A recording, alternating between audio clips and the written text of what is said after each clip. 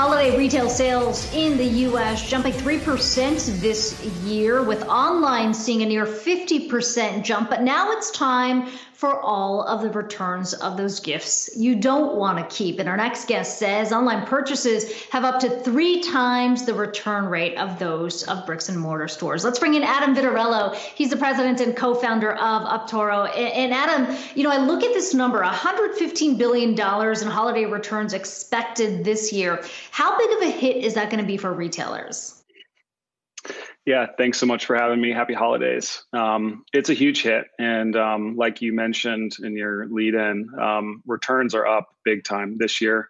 E-commerce is up, like you said, nearly 50%. And with e-commerce comprising 3 to 5 times the return rate of brick and mortar returns, this is going to be a huge surge, both for customers as well as the back end. And if retailers don't get this right, this could be the material difference between losing money and being profitable in 2020.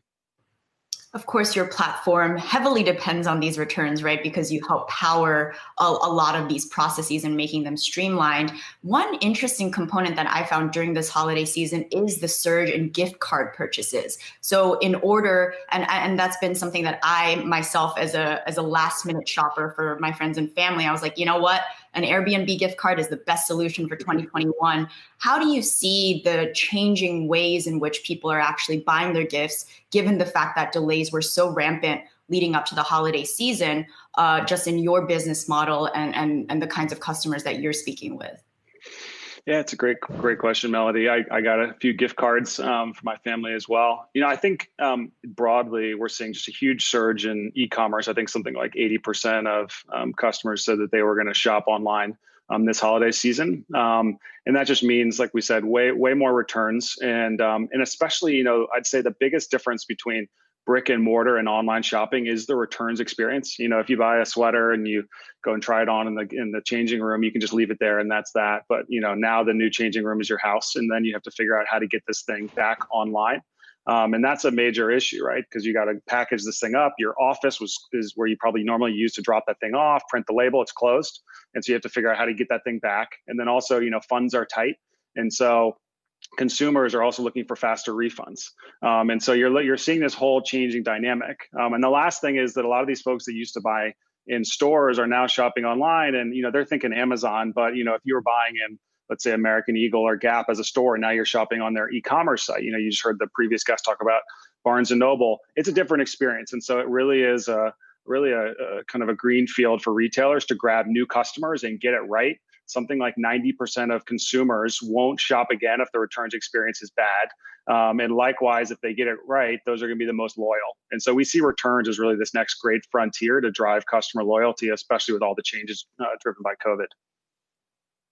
To that point, Adam, it feels like retailers are kind of in a bind here. On the one hand, they need to offer these flexible return policies so people feel comfortable shopping there first. And yet, because of that flexibility, a lot of the money that they saw, a lot of the sales that they saw go up are going to come back. How do you think retailers find that balance? And to that last point you just made here, how does that loyalty translate into dollars for these companies? Yeah, it's a fantastic question. One that we talk with big retail brands about all the time is you really have to meet the customer moment. For a while, as e-commerce was a small percentage of overall sales, people could kind of brush returns under the carpet. Now that e-commerce is such a material part of it and customer expectations are so high, you have to meet the moment there. So you have to give them great returns experience. That thing, we see best-in-class retailers investing in things like instant credits and refunds and local drop-off locations. Something like 80% of customers actually prefer to return in store. And so giving customers the ability to return things. We have a partnership with Staples where if you're an online retailer, you can drop off any of your items at any Staples nationwide. So we're seeing investments and innovations like that. And then to your point, though, if you don't actually handle the back end well, this could be, you really bleeding your profitability. And so we're also seeing a lot of retailers invest in the back end to make returns cheaper, faster, smarter, so you lose less money on them, so you can afford to offer this great returns experience, but then on the back end, not lose as much money. So ultimately, it's a win-win for both the consumers and the retailers. There seems to be such a bifurcated approach to returns, whether you're a big box retailer, an Amazon, sometimes they don't even make you send the item back, right? And they say, hey, we'll send you another thing. And, no need to show us proof of purchase, which is fascinating in one way. And then you have the small businesses, right, where they say no returns, perhaps exchange only. There's a lot more caveats involved. Of course, the holiday season, earlier in the show, we did speak with Steve Sadov, of the former CEO of Saks, who specifically said, as much as we talk about this pent-up demand for small business support, ultimately these big box retailers won. What's your pulse check here? Is that what you saw? Yeah, it's definitely what we're seeing as well. I think the big guys, especially folks like Amazon and Zappos, I think they've done a lot of data mining, and they realize that offering a great returns experience, despite the cost, is like quote unquote worth it, because the customer loyalty that you generate from that is just priceless, right?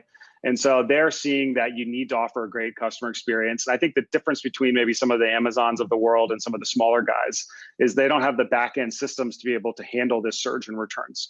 And so that's one of the things that we do at Optoro is we basically equip these smaller retailers, medium-sized retailers with the ability to seamlessly process returns so that ultimately you can lean into returns, right? Because as a customer, you're looking for a seamless returns experience. And then on the back end, if you can handle it, that's the kind of the twofer that you need as a retailer that handles both the front end and the back end.